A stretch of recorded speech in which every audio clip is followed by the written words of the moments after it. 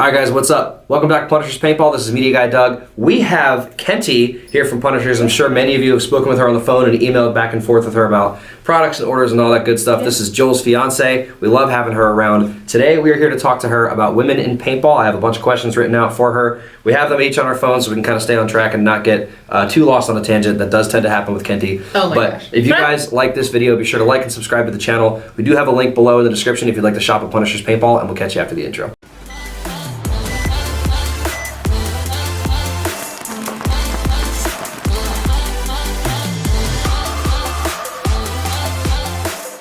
Alright guys, Kentee's here to kind of help dispel some things and kind of help inform us on how to grow paintball as far as with women in the sport. But first, I would like to start, Kentee, what got you into paintball?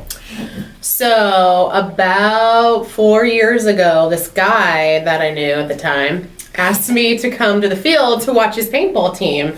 At that point, it was a drill. They were just practicing and scrimmaging.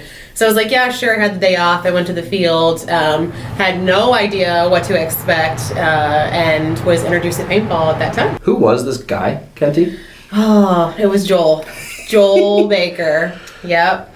He invited me. At that time, Punishers was just mostly guys from Pittsburgh. Mm-hmm. So a lot I know of it was based out of Pittsburgh for a while. Yeah, the P3 guys, and they were really great. So when I got there, everybody was really nice, introduced me, and it went really well. So Okay. I was like, oh, I can come back to this. I was like, yeah, okay, I'm good, you know. I can't imagine inviting somebody to a to a tournament, sure, but like to a practice just to come to. Was that? Did he take you to Pittsburgh with him? They were practicing at level that day. It was like a scrimmage setup. So you drove down to Columbus, okay. Yeah, so Gotcha. we kind of drove down for the day. It's like, oh, we're going to scrimmage, and then we'd we'd go get food or something later. But Gotcha. that was kind of what we'd just kind of come in, see what this is all about.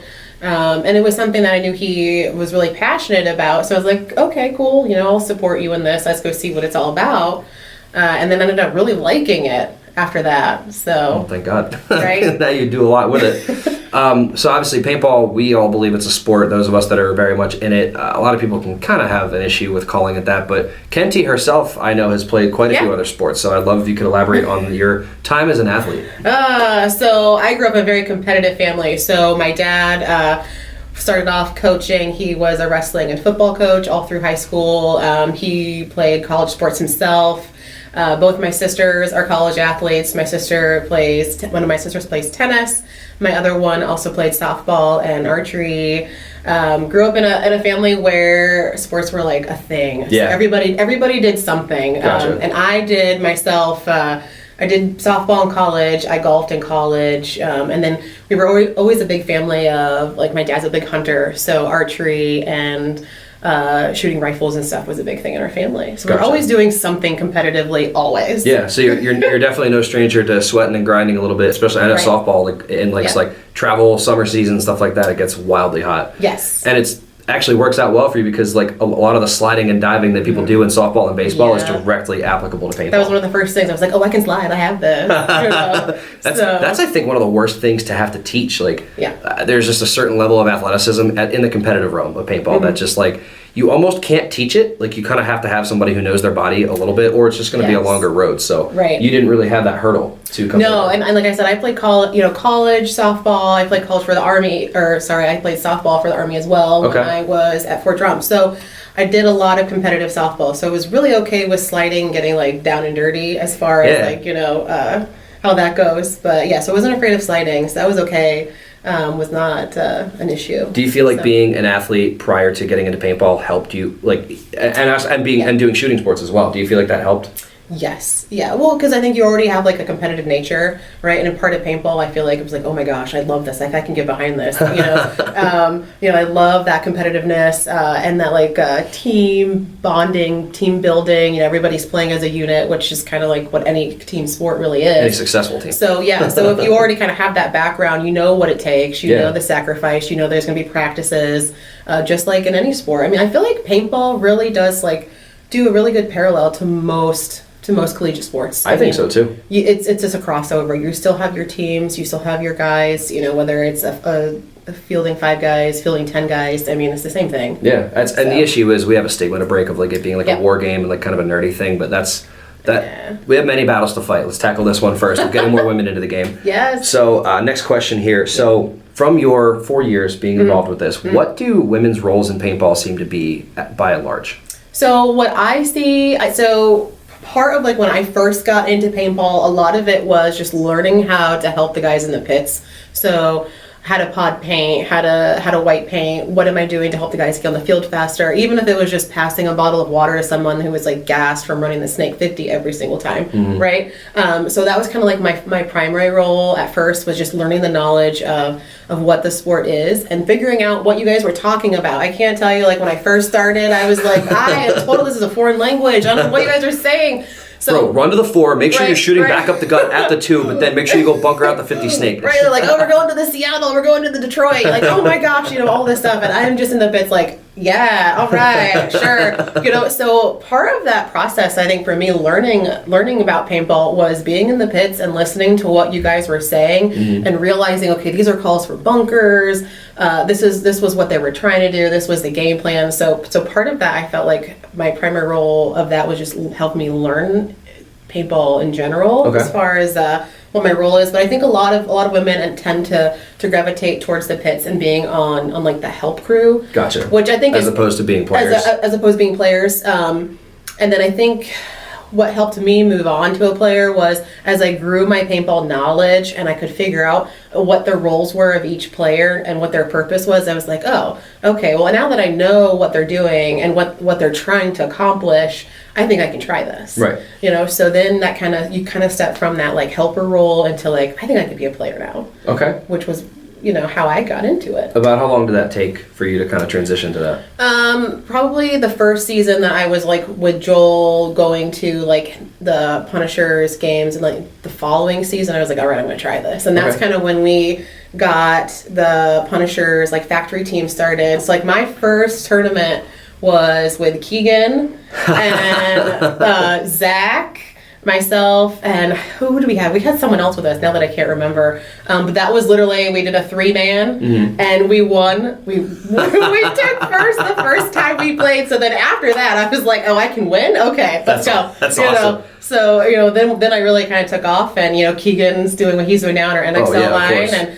And I kind of, I had Brooks, right? So obviously I can't be sliding into the Snake on a pregnant belly. So, I kind of ended up coaching some of the lines after that, and have taken a bigger role with just the business itself. So that was my first one. Me and Keegan. That was Keegan's first tournament. So that's...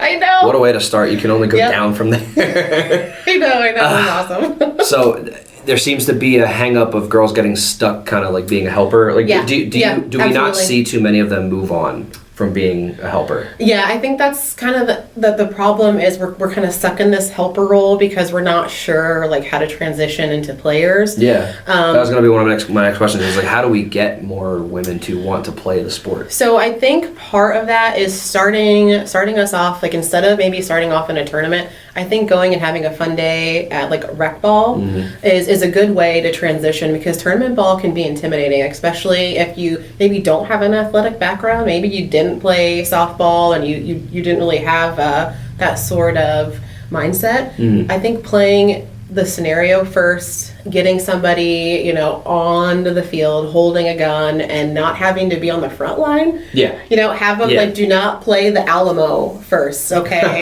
we're not being sieged on all three sides, right?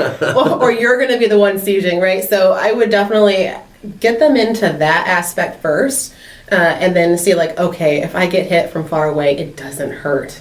Right. I can't tell like how many times like, oh, it's gonna hurt. It does hurt when you're getting bunkered, because it's really close. But if you're out in the woods getting hit from far away, it's not nearly as bad. And then you can also shoot people, and it's cool at the same time. That's the thing. You're not just getting shot at. You can shoot at them. You're also, so you're getting that kind of risk reward, and I think that's like the first step. So then once you get really good at woods ball, and you're not afraid to be like in the front line, and you're advancing, and you're kind of getting that feeling of, oh my gosh, I can do this now. Yeah. Then we transition to like the hyperball field. That's at the rec fields. Yes, that's a nice in between. Level Up down in Columbus, Ohio has a really nice hyperball setup. They have good wood setup, obviously competitive speedball setup. They kind of have everything.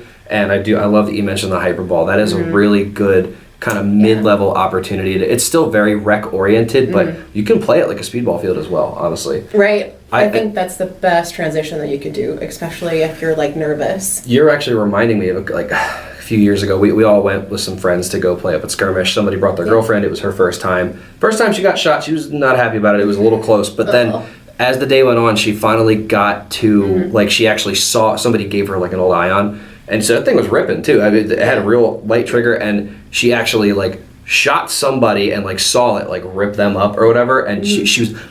like that feeling of when it finally connects and finally works, that I think is what starts to get people hooked. So I agree with you. Rather than starting people off in speedball, and maybe not just throwing them into helping roles, but like if you were going to try to take your girlfriend to get her involved or something like that, or a sister or your mom or whoever, like I would say actually before that tournament, before they're going to come help with stuff, take them once or twice to go play rec, like go show them like kind of the roots of paintball, what it's about, that super like more fun, slightly less competitive side of it. That's a really good way to get introduced to it, because I mean most of us don't start in speedball. Most of us start in the woods. It was a birthday party. It was my cousin wanted me to come out and play, like kind of things like that. So I think those are really good kind of starting ways like to get girls in the sport. I have heard from others that they're like from other women and stuff like that there's just a kind of an intimidation factor with it just being so male dominated, and that they feel like a lot of men won't take them seriously as players, as athletes, things like that. Have you encountered anything like that?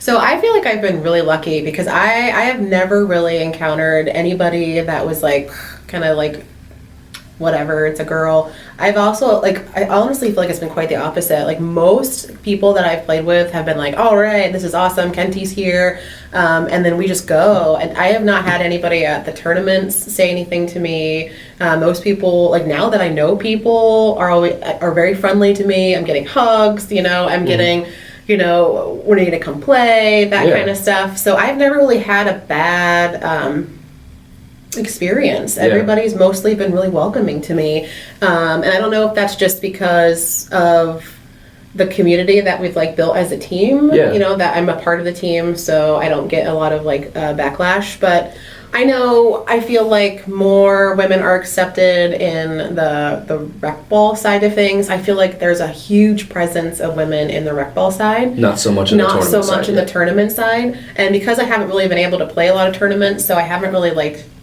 played multiple, so I don't really like have great experience on that side. But as far as like the rec side, the scenario side, I mean there's female commanders. I've heard of that. I feel like there's definitely more like acceptance into that side of it, where a tournament, there might be fewer just because of one, it's more competitive, and it is very male dominant. So I don't know, I feel like it's definitely kind of an ongoing, growing thing.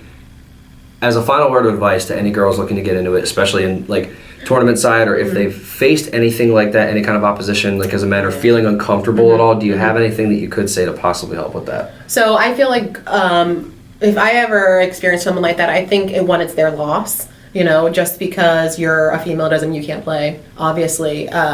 I feel like most women are, even in general, like in just shooting guns in general, women have a steadier hand. Their shot's going to be better.